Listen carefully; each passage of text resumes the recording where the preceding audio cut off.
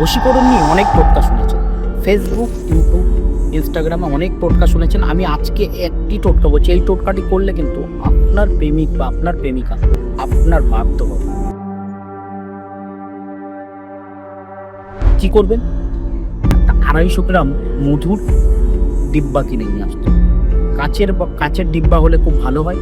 250 গ্রাম মধু কিনে নিয়ে এসে সেই মধুর মধ্যে যদি আপনার পার্টনারের কোনো চিহ্ন থাকে, সেটা কাপড়ের টুকরো হোক কিংবা মাথার চুল, যে কোনো একটি চিহ্ন আপনার এবং আপনার পার্টনারের ওই 250 গ্রাম মধুর মধ্যে দিয়ে দেবেন।